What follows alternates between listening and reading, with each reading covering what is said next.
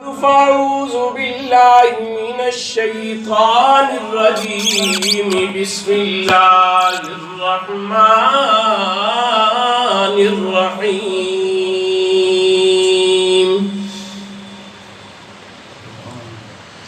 یا ایہا الانسان ما غرک بربک الکریم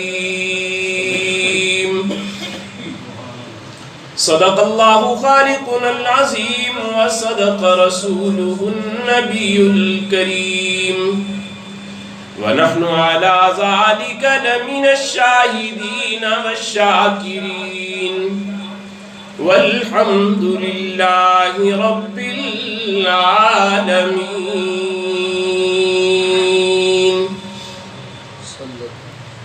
چمکتے ہیں نجوم و کہکشاں تیرے سہارے پر،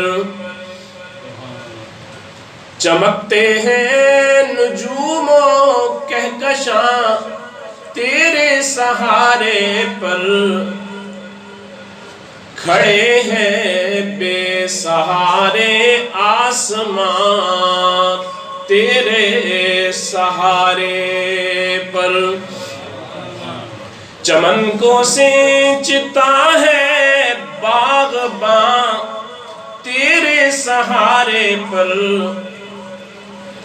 چمن کو سینچتا ہے باغباں تیرے سہارے پر،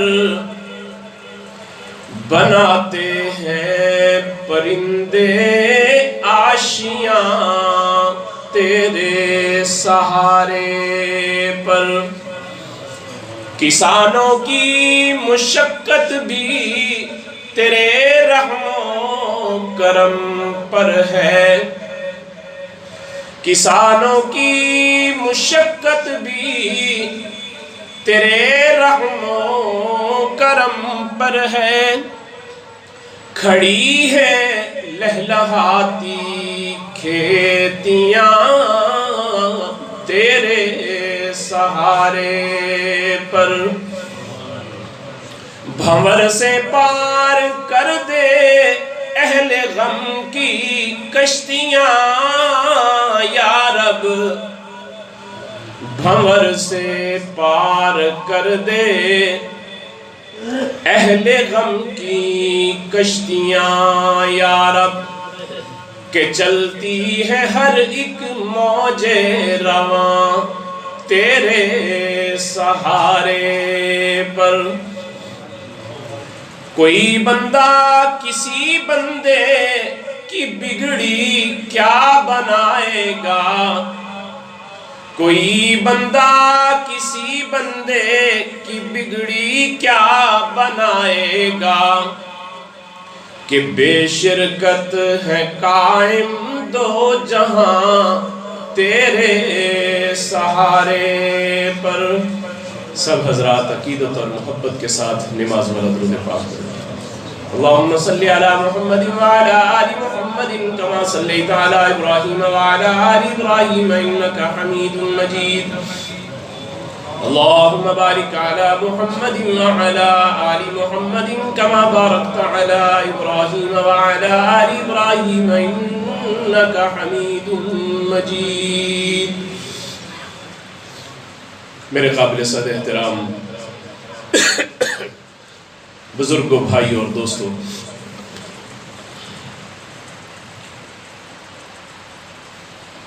رب العالمین کی بہت سی صفات ہیں، اور ان کی صفات میں سے ایک صفت اس کا قدردان ہونا بھی ہے، کہ رب العالمین اپنے بندوں کے اعمال کی قدر فرماتے ہیں، اور قدردانی کہتے کس کو ہیں؟ قدردانی کہتے ہیں کہ کسی عمل کو محبت کی وجہ سے کسی آدمی کے کسی عمل کو محبت کی وجہ سے قبول فرما لینا اور اس پر اتنا مہربان ہو جانا کہ اس کے عمل کو ایک تو رد نہ کرنا اور دوسرا اس کی توقع سے بڑھ کر اس پر اس کا صلہ عطا فرما دینا. اس کو قدردانی کہا جاتا ہے.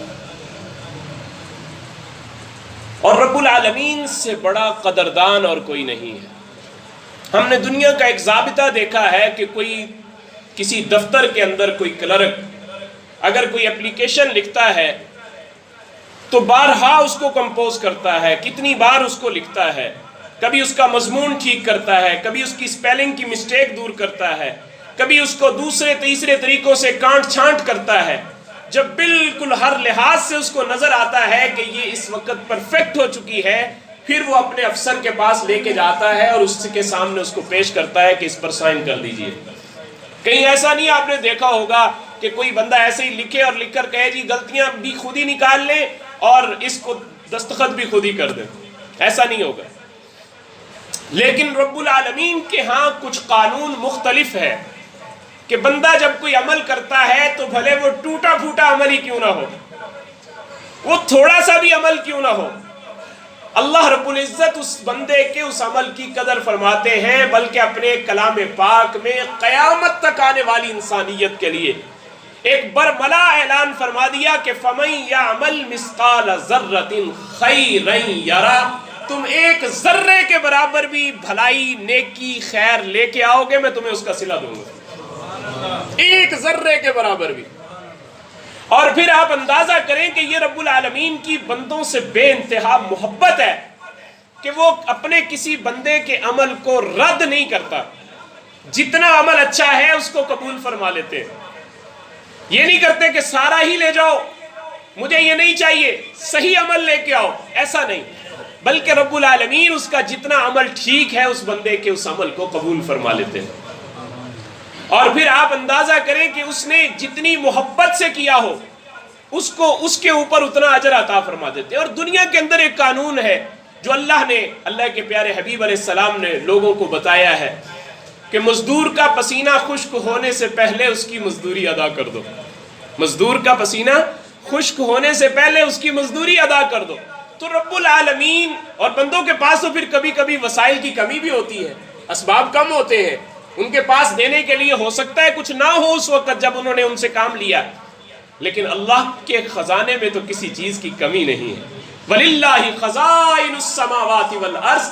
اللہ کے پاس خزانے ہیں، زمین اور آسمان کے اندر جو کچھ ہے اس سب کے خزانے اللہ کے پاس. اور پھر وہ خزانوں کا مالک اپنے بندوں کے پیش ہونے والے اعمال کو رد نہیں فرماتا بلکہ ان کو قبول فرما لیتا ہے. آپ ذرا اندازہ کریں کہ آپ کسی بادشاہ کے پاس لے کے جائیں، وہ چھوٹا تحفہ دیکھ کر کہے گا یہ کیا لے کے آئے ہو. لیکن اللہ کے دربار میں جب لے کے جائیں گے 2 رکعت نفل بھی آپ نے پڑھ لی ہے نا، 2 رکعت نفل، ایک مرتبہ سورۃ الاخلاص ہی پڑھ لی، بظاہر چھوٹا سا عمل ہے، لیکن اس کے اوپر جب وہ مالک نوازنے پہ آتا ہے تو 10 گنا نہیں، 70 گنا نہیں، بسا اوقات انسان کی نیت کو دیکھتے ہوئے 7 گنا، 700 گنا سے بھی بڑھا دیتا ہے. 700 گنا سے بھی بڑھا دیتا ہے کہ یہ میرا بندہ اتنی محبت سے لے کے آیا. یہ چھوٹا سا عمل بھی ہے لیکن اخلاص ہے اس کے عمل میں، چھوٹے سے عمل کے اندر بھی اس کے وزن ہے کہ یہ میرے لیے عمل کر کے لے کے آیا ہے. اللہ اس بندے کے عمل کو قبول بھی فرماتے ہیں اور اس عمل کے اوپر اس کو انعام بھی عطا فرماتے ہیں. اور یہ اللہ کا ایک ضابطہ ہے. اور انسان اپنے اللہ کے، میں قدرت پہ قربان جاؤں، اس نے کیسا کسی بندے کے عمل کی کیسی قدر فرماتا ہے.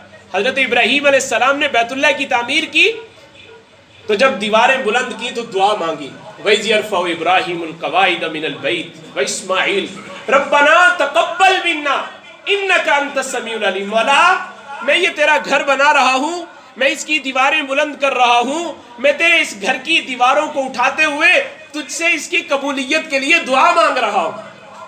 اب یہ عمل اخلاص کے ساتھ کیا تھا، اللہ نے اس عمل کو اتنا قبول کیا کہ پوری قیامت تک آنے والی انسانیت کے لیے جو رخ قبلے کا متعین کیا وہ حضرت ابراہیم علیہ السلام کی تعمیر بیت اللہ کو آپ کو مقرر کر دیا کہ اس کی طرف منہ کر کے ہم نماز پڑھتے ہیں.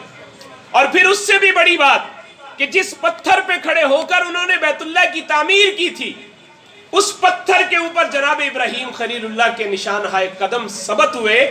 تو اللہ نے قیامت تک آنے والی انسانیت کے لیے اس مقام ابراہیم کے پاس بھی 2 نفل پڑھنے لازمی قرار دے دیا کہ وَاتَّخِذُوا مِن مقام ابراہیم مصلی. تو اللہ سے بڑا قدردان اور کون ہوگا کہ جو اپنے بندوں کے اعمال کی قدر نہ کرے. حضرت ہاجرہ حضرت اسماعیل علیہ السلام کو لے کر جب وہاں پہ آب و گیا وادی میں گئیں تو حضرت ابراہیم علیہ السلام سے انہوں نے پوچھا کہ ہمیں کس کے سہارے پہ چھوڑ کے جا رہے ہو؟ انہوں نے جب یوں آسمان کی طرف اشارہ کیا نا میں اللہ کے سہارے پہ چھوڑ کے جا رہا ہوں. اسی وقت انہوں نے کہا پھر ہمارا اللہ ہمیں ضائع نہیں کرے گا, ہمارا اللہ ہمیں ضائع. اور اللہ کی قدردانی دیکھیے کہ اللہ نے پھر ان کی کتنی اس عمل کی قدر فرمائی کہ قیامت تک آنے والی انسانیت کے لیے آب زمزم کے چشمے جاری کر دیے کہ دنیا کے ہر کونے میں بیٹھا ہوا انسان ان کے اس پانی سے مستفیض بھی ہو رہا ہے. اگر بھوکا پیتا ہے بھوک مٹ جاتی ہے, پیاسا پیتا ہے سیر ہو جاتا ہے, اگر بیمار پیتا ہے اللہ اس کو شفا عطا فرما دیتے ہیں. جس مقصد کے لیے زمزم کو استعمال کرو اللہ وہ مقصد پورا فرما دیتے ہیں. کتنا انعام اور کتنی قبولیت اس مالک کی طرف سے. یہ اللہ کی قدردانی ہے جو اللہ اپنے بندوں کے اعمال کی قدر فرماتے. حضرت عمر رضی اللہ تعالیٰ عنہ کے زمانے میں ایک مرتبہ ایک بوڑھا آدمی گویا گانا گانے والا جو اپنے زمانے کے اندر بڑے سر ہوتے تھے, اس کے بڑی آواز تھی, سریلی آواز تھی اور لوگ اس پر نوٹ نچھاور کیا کرتے تھے اور بڑے خوبصورت گانے گایا کرتا تھا. تو ایک وقت پھر انسان پر وہ بھی آتا ہے کہ پیٹ میں آنت نہیں اور منہ میں دانت نہیں. آدمی کا عروج سدا تو نہیں رہتا نا جی, عروج ختم بھی ہوتا ہے. سدا بادشاہی تو سونے رب کی ہے نا, اس سے زیادہ تو کسی کی بادشاہی نہیں ہے. انسان وہ جس کو 50 آدمی سلوٹ مارتے ہیں کہ سر آ گئے سر آ گئے, ایک وقت پھر آتا ہے جب وہ ریٹائر ہو جاتا ہے کہ سر نہ کھاؤ اب چلے جاؤ, یعنی اس کی ویلیو ختم ہو جاتی ہے. ریٹائر ہوا ویلیو ختم ہو گئی. کیا ہوا؟ اس لیے کہ یہ عارضی تھا, یہ جو عہدہ تھا یہ عارضی تھا, فانی تھا, ختم ہونے والا تھا, ہو گیا. حضرت عمر کے زمانے میں وہ گویا اللہ سے معافی مانگ رہا ہے, توبہ کر رہا ہے, جنت البقیع میں آ کے بیٹھ گیا اور بیٹھ کر اللہ سے لو لگائی چپکے چپکے اور لو لگا کے کہنے لگا مولا ایک وقت تھا کہ دنیا مجھ پر پیسہ نچھاور کرتی تھی, پھر وہ وقت ختم ہوا, میں کمانے کے لائق نہیں رہا, پھر میں لوگوں کے پاس مانگنے جاتا تھا, کچھ وقت تک لوگ مجھے وہ بھی دیتے رہے, مجھے جانتے تھے. اب تو مولا میری پہچان بھی ختم ہو گئی, میری آواز بھی ختم ہو گئی, اب تو مجھے کوئی دینے والا نہیں, اب میرے پاس کچھ نہیں ہے, صرف تیری ذات کا آسرا ہے. میں تیری ذات کے آسرے پر تجھ سے اپنے گناہوں کی معافی مانگتا ہوں کہ ساری دنیا نے مجھے چھوڑ دیا, مولا تو مجھے نہ چھوڑ. جنت البقیع کے اندر بیٹھا ہوا اللہ سے ہاتھ پھیلا کر معافیاں مانگ رہا ہے, اور ادھر حضرت عمر رضی اللہ, اور اتنے میں اس کی آنکھ لگ گئی. جب سو کر بیدار ہوا, آنکھ کھلی, دیکھا تو سامنے سے حضرت عمر رضی اللہ تعالیٰ عنہ اپنے پورے جاؤ اور جلال سے آ رہے ہیں اور سر کے اوپر کچھ اٹھایا ہوا ہے, سر پر کچھ اٹھایا ہوا ہے. تو اس آدمی کی جیسے ہی آنکھ کھلی تو دیکھ کر گھبرا گیا. اس نے کہا سامنے سے اب حضرت عمر آ گئے, نہ جانے اب میرا کیا حشر کریں گے. ظاہر ہے پوری زندگی گانے بجانے کے ساتھ منسلک رہا اور شہرت بھی اس کی ایسی تھی کہ یہ تو گانے بجانے والا ہے, گویا ہے یہ تو. نہ جانے حضرت عمر جلالی طبیعت تھی, نہ جانے میرے ساتھ کیا سلوک کرے, مجھے نہیں معلوم. جب آنکھ کھلی تو پریشان ہو گیا کہ سامنے سے حضرت عمر آ رہے ہیں اور سر پہ کچھ اٹھایا ہوا ہے. اتنے میں حضرت عمر قریب آئے اور آ کر کہا کہ بھائی کیا ہوا ہے تمہیں؟ کہنے لگا جی کچھ نہیں ہوا. آپ نے وہ جو سر پہ اٹھایا ہوا تھا اس کو نیچے رکھا اور کھولنا شروع کر دیا, اور کھول کر جب دیکھا تو اس کے اندر کھانا تھا, روٹی تھی. حضرت عمر رضی اللہ تعالیٰ نے فرمانے لگے کہ بھائی کھانا کھا لو, اور رونے لگ گیا. کہنے لگا عمر یہ کھانا کیسے لے کے آئے ہو؟ حضرت عمر رضی اللہ تعالیٰ عنہ فرمانے لگے کہ میں دوپہر کو قیلولہ کر رہا تھا, آرام کر رہا تھا, تو مجھے خواب کے اندر یہ بتایا گیا. مولانا روم رحمت اللہ علیہ نے اس حکایت کو لکھا ہے, فرمایا کہ مجھے خواب کے اندر رب العالمین کی طرف سے کہا گیا کہ جنت البقیع کے اندر میرا ایک دوست بیٹھا ہوا ہے اور وہ بھوکا ہے، جا کر اس کے کھانے کا انتظام کرو۔ فرماتے ہیں کہ میں نے اسی وقت اپنی بیوی سے کہا جلدی سے جو کچھ ہو سکتا ہے تیار کر دو۔ میری بیوی نے کھانا تیار کیا، میں نے اس کھانے کو اٹھایا اور میں پہلے ہاتھ میں اٹھا رہا تھا، لیکن پھر میں نے کہا نہیں، میں اللہ کے دوست کے لیے کھانا لے کے جا رہا ہوں، میں اس کو سر پر لے کے جاتا ہوں۔ سر پر اٹھایا ہوا ہے اس کھانے کو اور سر پہ اٹھا کر لے کے جا رہے ہیں۔